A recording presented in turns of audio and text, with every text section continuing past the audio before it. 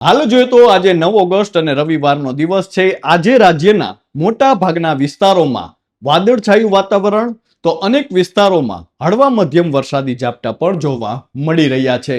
છેલ્લા થોડા દિવસોના વિરામ બાદ રાજ્યમાં ફરી વરસાદી માહોલ સર્જાયો છે.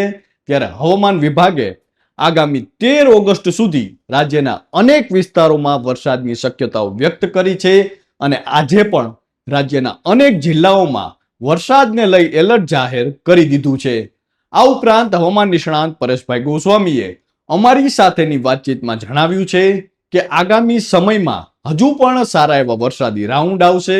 ત્યારે સૌપ્રથમ તો આપના વિસ્તારમાં હાલમાં કેવું વાતાવરણ જોવા મળી રહ્યું છે તે અને ખેતી કે પાકને લઈ આપને મૂંઝવતો કોઈ પણ પ્રશ્ન હોય તો તે કોમેન્ટ કરીને અમને જરૂરથી જણાવજો. આપનો પ્રશ્ન અમે હવામાન નિષ્ણાંત પરેશભાઈ ગોસ્વામી સુધી પહોંચાડવાનો અવશ્ય પ્રયાસ કરીશું. નમસ્કાર, આપની સાથે હું છું કૃપાલસિંહ જાડેજા અને અમારી સાથેની વાતચીતમાં હવામાન નિષ્ણાંત પરેશભાઈ ગોસ્વામીએ કયા સમયગાળા દરમિયાન ભારે વરસાદી રાઉન્ડની શક્યતા વ્યક્ત કરી છે તે જાણીએ તે પહેલા હવામાન વિભાગની આગાહી વિશે વિગતે વાત કરીએ. વાત ગુજરાતી પર. આમ જોઈએ તો ઉત્તર ગુજરાત સહિત રાજ્યના કેટલાક વિસ્તારોમાં હળવો વરસાદી માહોલ જોવા મળી રહ્યો છે. ત્યારે હવામાન વિભાગે આગામી 13 ઓગસ્ટ સુધી સમગ્ર ગુજરાતમાં હળવાથી લઈને મધ્યમ પ્રકારના વરસાદની આગાહી વ્યક્ત કરી છે. તેમજ 9 ઓગસ્ટના રોજ એટલે કે આજે રાજ્યના ઉત્તર ગુજરાત સહિતના તમામ વિસ્તારોમાં ગાજવીજ સાથે વરસાદને લઈ યલો એલર્ટ જાહેર કર્યું છે. ગુજરાતમાં આગામી સમયમાં હજુ પણ હળવા મધ્યમ વરસાદી માહોલની આગાહી છે. જો સિસ્ટમની વાત કરીએ તો હવામાનના જણાવ્યા અનુસાર હાલમાં મીન સી લેવલ પર મોન્સૂન ટ્રફ ફિરોઝપુર, રોહતક, શાહજહાંપુર, કાનપુર, દીઘા થઈને ઉત્તર પૂર્વ બંગાળની ખાડી તરફ જઈ રહ્યું છે. આ સિવાય મધ્ય અને ઉપરી ટ્રોપોસ્ફિયરમાં વેસ્ટર્ન ડિસ્ટર્બન્સ પણ એક ટ્રફ સ્વરૂપે સક્રિય છે.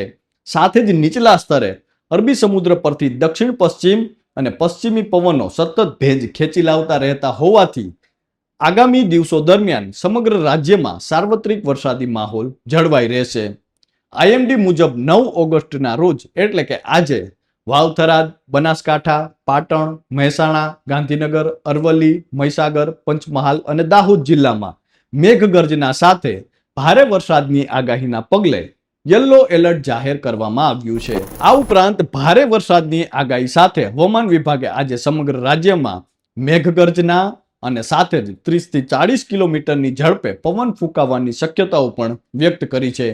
હવે આવતીકાલે રાજ્યના કયા વિસ્તારોમાં વરસાદની શક્યતા છે તેના વિશે વાત કરીએ તે પહેલા અમારી સાથેની વાતચીતમાં હવામાન નિષ્ણાંત પરેશભાઈ ગોસ્વામીએ શું કહ્યું છે આવો જાણીએ. 17 ઓગસ્ટ પછી એટલે 17 ઓગસ્ટ થી 31 ઓગસ્ટ હોય, સપ્ટેમ્બર મહિનો હોય, ઓક્ટોબરના પ્રથમ 10 દિવસ હોય, એ તમામ સેશનમાં ચોમાસું સારું પણ રહેવાનું છે. હવે એનું કારણ છે, આમ જોવા જઈએ તો 17 ઓગસ્ટ પછીથી લગભગ અરબ સાગર અને બંગાળની ખાડી બંને સક્રિય થાય ને બંનેમાંથી કોઈ સ્થળે વરસાદી સિસ્ટમ બની શકે એવું પણ બને કે બંનેમાં બને. કદાચ અરબ સાગરમાં બનશે તો એ હળવું હશે, સાયક્લોનિક સર્ક્યુલેશન હશે. બંગાળની ખાડીમાં બને તો લો પ્રેશર બની શકે. આવી સ્થિતિ છે. અને આવનારા સમયમાં ચોમાસું છે એ હજુ પણ આપણે સારું રહેવાનું છે. એના પાછળના જે ટેકનિકલ કારણ છે જો એની વાત કરવા જઈએ તો આમ તો આપણે અલ્નીનોની વાત તો ઘણા સમયથી કરી રહ્યા છીએ. વાત ગુજરાતીના માધ્યમથી પણ આપણે અલ્નીનોની જે ચર્ચા કરી હતી આપણે એક વાત એ પણ કરી હતી કે અલ્નીનો સક્રિય થવાનો છે, મજબૂત પણ થવાનો છે, પણ ગુજરાતનું ચોમાસું નબળું નહીં થાય.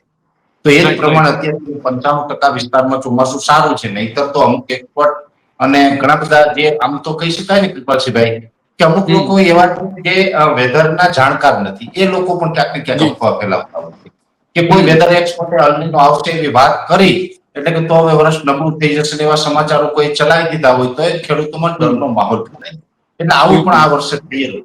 તો અમે વારંવાર આપના માધ્યમથી લોકોને આશ્વાસન આપવાનો પ્રયત્ન કર્યો કે ભલે અલ્નીનો આવે પણ આપણું ચોમાસું નબળું નહીં થાય. હવે અત્યારે અલ્નીનોની કન્ડિશનની વાત કરવા જઈએ તો મજબૂત બની ગયું છે. એટલે જે જૂન અને જુલાઈમાં પ્રશાંત મહાસાગરનું તાપમાન છે 2.5 ડિગ્રી ઉંચકાયું એ અત્યારે 2.5 ડિગ્રીથી વધીને 3 ડિગ્રી સુધી ઉંચકાઈ. એટલે અલ્નીનો વધુ સ્ટ્રોંગ બની ગયો છે.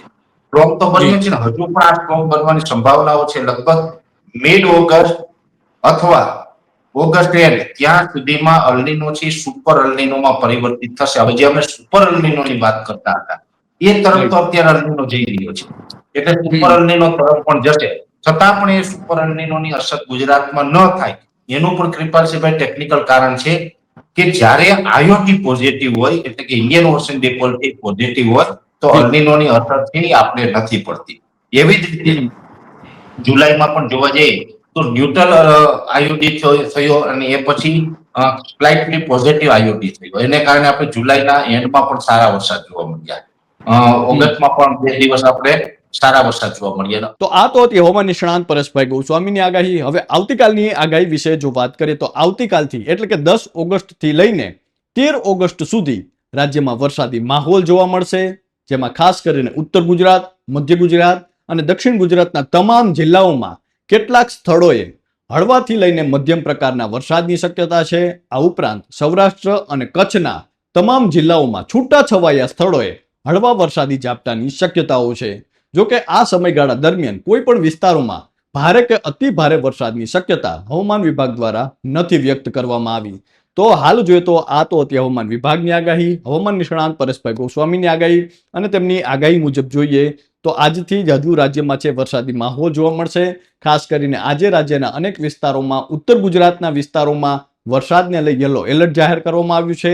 આ ઉપરાંત આગામી 13 ઓગસ્ટ સુધી રાજ્યમાં અનેક વિસ્તારોમાં છૂટાછવાયા સ્થળોએ હળવા મધ્યમ વરસાદની શક્યતાઓ હવામાન વિભાગે વ્યક્ત કરી છે. અને આ ઉપરાંત પરેશભાઈએ પણ આગામી દિવસોમાં સારા વરસાદની શક્યતાઓ વ્યક્ત કરી છે. તો હાલ બસ આટલું જ. ફરી મળતા રહીશું વાત ગુજરાતી પર.